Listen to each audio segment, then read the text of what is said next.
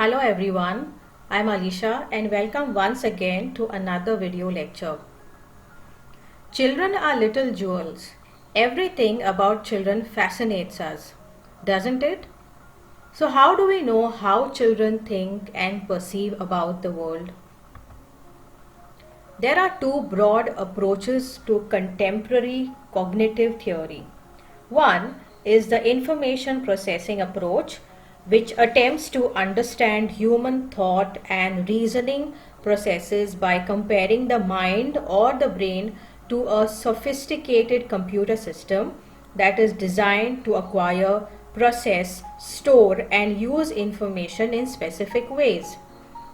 The second approach is an interesting theory on cognitive development proposed by Jean Piaget, and it's called the stages of intellectual development. So what is cognition? Cognition includes all conscious and unconscious processes by which knowledge is accumulated, such as perceiving, recognizing, conceiving, and reasoning. Put differently, cognition is a state or experience of knowing that can be distinguished from an experience of feeling or willing. In the simplest words, cognition is thinking.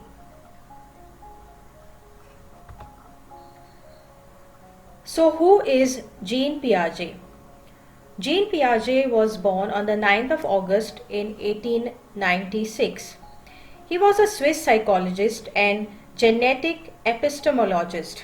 He is most famously known for his work on child development.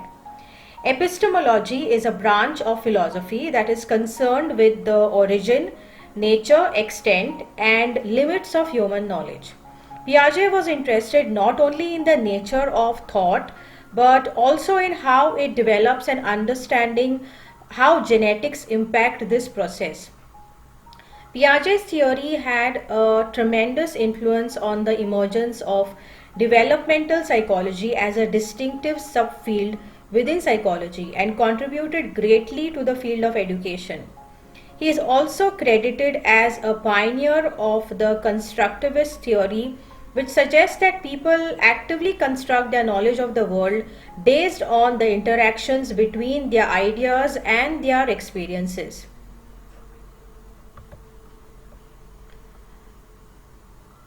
Let us understand some key cognitive concepts before we actually comprehend the theory. To explain the process of cognition, Piaget used several new terms drawn from his background as a biologist, like schema, adaptation, which involves assimilation and accommodation, and equilibration. Now let's try to get the first one. That's schema. As children experience their world, they develop an understanding of it and how it appears to work. Piaget used the term schema to refer to the comprehension that an infant, child, or adult may have about different aspects of his or her world. The word schema is derived from a Greek word which means form. A schema is like a map or an outline. The next one is adaptation. During cognitive growth, children develop their schemata and continue to adapt to their environments. Adaptation refers to adjustments to changes in the environment or the ability to understand and fit in with one's surroundings. When we feel cold, we wear sweaters or warmers to feel comfortable. Chameleons adapt to their environments when they change color to fade into the environment. We change our mode and tone of speech according to the person to whom we talk. Adaptation is hence basic to all human activity.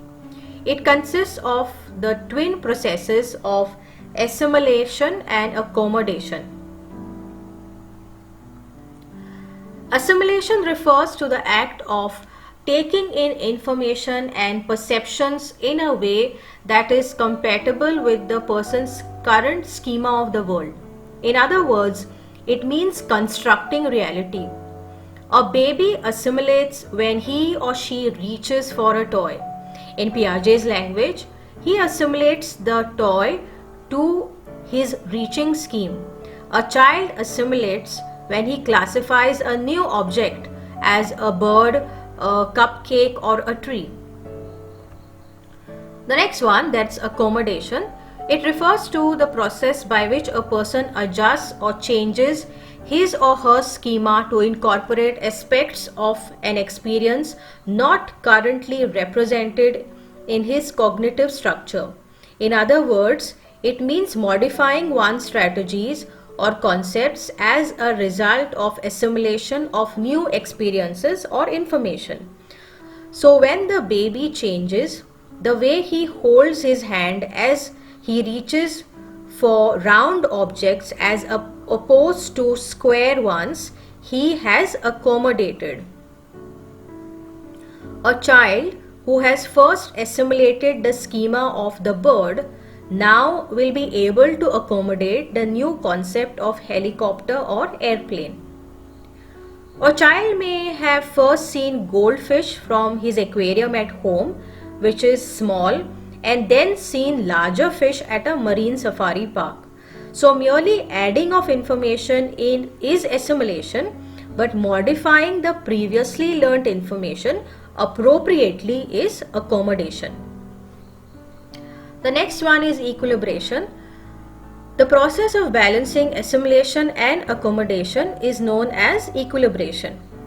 By equilibration, Piaget meant a hypothesized drive to maintain an equilibrium between one's schema and the information one obtains from the world.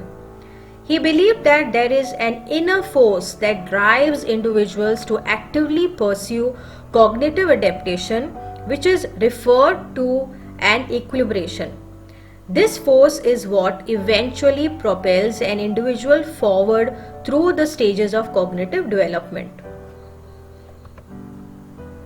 Take a look at this diagram. It is visible that these processes take place in a circular fashion. Now, talking about the stages, through Piaget's studies, he declared that cognitive development occurred in 4 stages throughout one's childhood. He said that these stages occur in order. Children did not skip stages, but they pass through each one of them. There are visible changes from one stage to the next, and the stages occur as building blocks, each one using pieces from the previous stage. This type of developmental model incorporates each stage into the next, which is why it is often called a staircase model. On this staircase, Piaget labeled 4 stages of cognitive growth that occurred at an approximate age in children.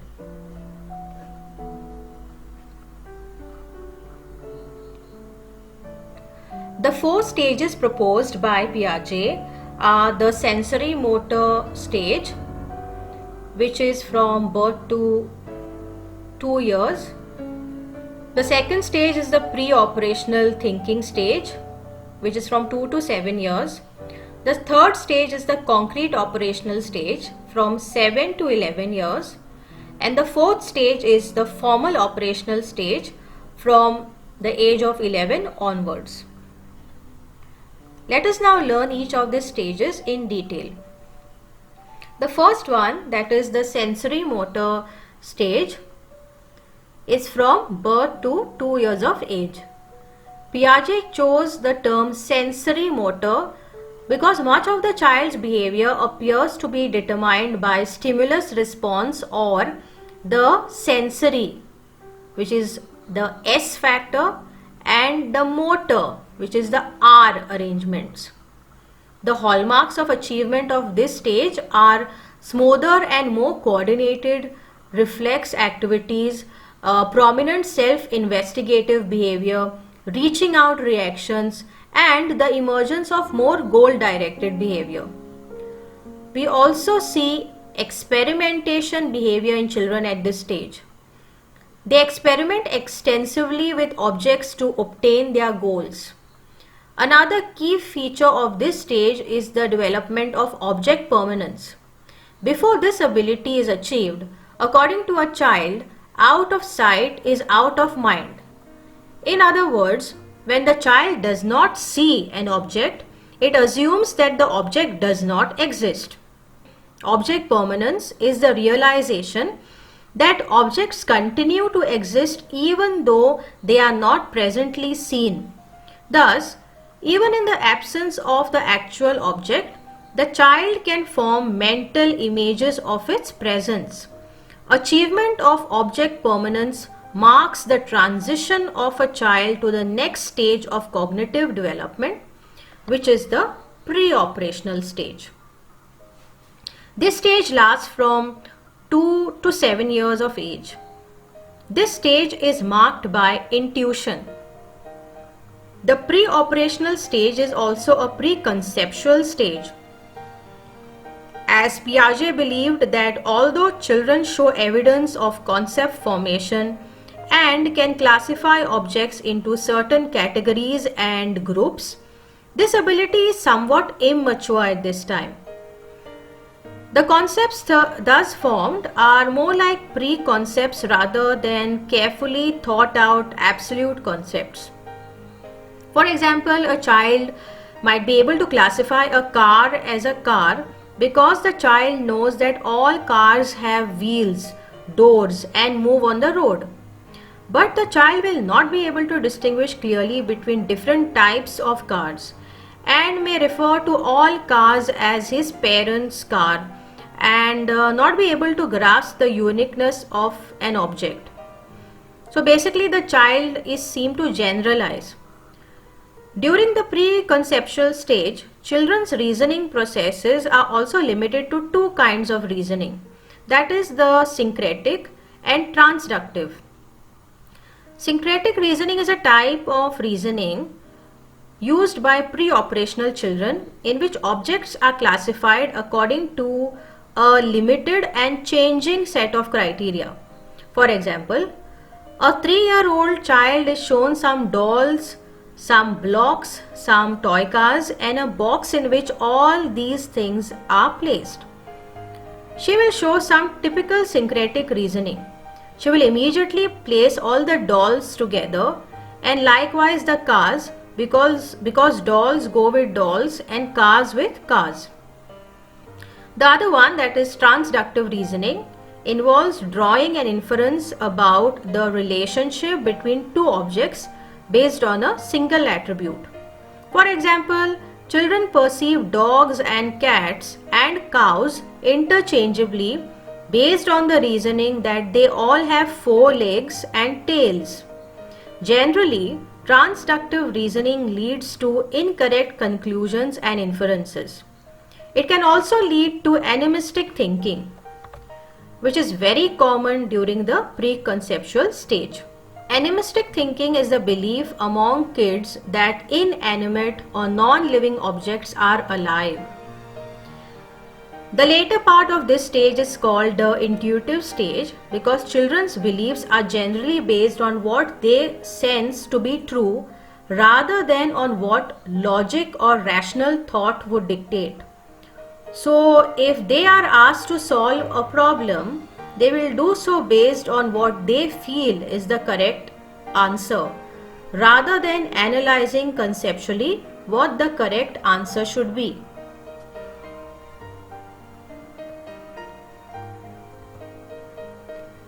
Another characteristic of this stage is egocentrism. It means being self-centered or perceiving the world only in terms of one's perspective. Children at this stage cannot understand another person's point of view. A child wanting a chocolate or an ice cream will demand it regardless of the fact that the shop may be shut. If he wants to know about an animal that he saw somewhere, he will demand an explanation from his mother even though she hasn't seen it. He cannot understand that she has not seen it. Pre-operational children's thinking is also rigid. They see things in black and white. The third stage is the concrete operational stage. This stage is from 7 to 11 years. Operations are logical rules. Operational stage marks the beginning of the ability in children to use logical rules in dealing with problems. However, this ability is limited to the concrete or the world which they have directly experienced. These concrete operations are specific internal skills or manipulations such as addition, subtraction, multiplication, division, and serial ordering. The child now understands the rule that adding something makes it more and subtracting makes it less. He understands that objects or persons can belong to more than one category at once and that categories have logical relationship. Thus, Preeti is a girl. She is a human being. She is an Indian and she likes to watch television. All these things together in one person make sense to the child. An important acquisition at this stage is that of reversibility. The child begins to understand that one basic property of actions is that they can be undone or reversed either physically or mentally. That one will then get back to the original position.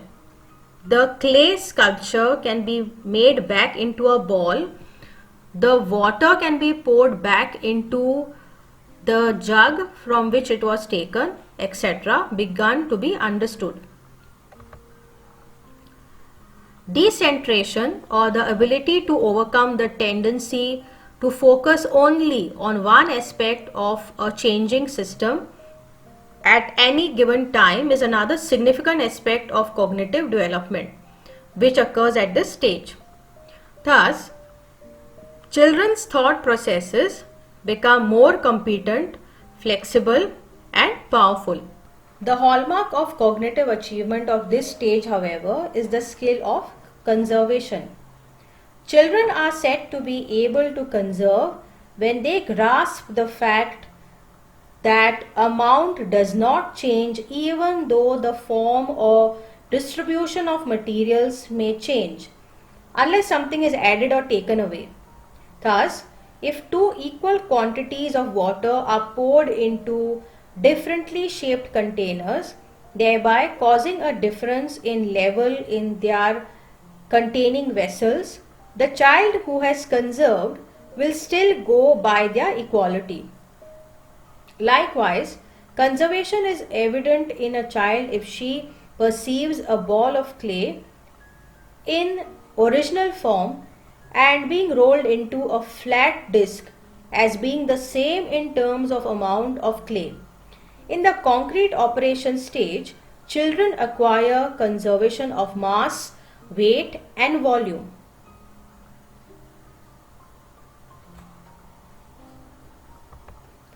Besides conserving, children at this stage are able to engage in three other important logical operations, that is seriation, classification, and numeration.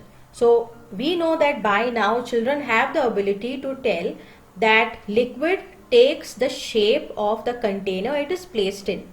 So if a child is given 500 ml of liquid and it is placed in two glasses or two jars of different shapes, the child will be able to tell that it is the same amount which is placed, but it looks different. In a narrow glass, it looks more than compared to the same amount of liquid placed in a broader rimmed glass. Now, with reference to seriation, seriation refers to the ability to deal with classes of objects, and numeration is when children obtain an understanding of serial order and classification, they begin to comprehend the sequence of numbers as well as classes and subclasses of numbers. For example, a child will come to understand that a group of 6 is made from 3 subgroups of 2. This understanding forms the foundation on which concepts such as multiplication and division can be built. At this stage, logic is inductive in nature. A child can go from his own experience to a general principle.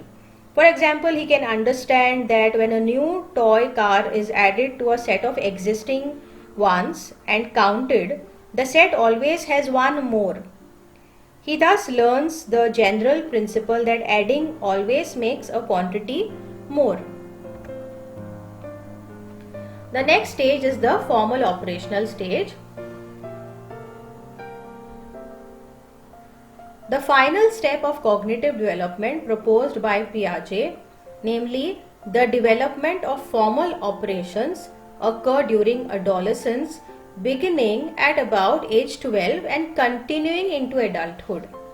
The major task of this period is to develop a new, still more powerful set of cognitive skills, which are also referred to as formal operations, organized into a structure that allows the adolescent to think about ideas as well as about objects. Piaget does not say that this new level of abstractions is achieved all at once when a child is 12 years old. There are steps and sub-stages with fully consolidated formal operations, probably not completed until about age 15 or later. However, he did believe that there was a fairly rapid spurt of development over a period of several years when the major elements of this new level of abstract thinking were acquired. During the period of formal operations, individuals acquire the ability to make complex deductions, analyze ways of reasoning, and solve problems by systematically testing hypothetical solutions. Adults and adolescents are able to perceive abstract relationships far beyond the real and concrete. There is a shift in thinking from the actual to the possible. Idealistic thinking is also possible. Systematic problem solving is another characteristic of this stage. However, thinking up and organizing possible solutions to a problem still does not amount to solving the problem. In order to do that, the adolescent must learn to test each of the possible solutions mentally until he finds out that it works. There is now an appearance of deductive logic in the adolescent's repertoire of skills. In fact, he or she can set up hypotheses and, based on deductions, verify or refute them. The adolescent is now capable of hypothetico-deductive thinking. The adolescents or the young adults who have achieved formal operations is now equipped with skills of analytical, comparative, deductive, and evaluative thinking. The range of cognitive tasks which he or she can engage in is thus very vast and includes reflection, judgment, analysis, critical thinking, evaluative thinking, and application. I've tried to include as much as possible in this video. So do give me a thumbs up and subscribe cause it's free. Thanks for watching.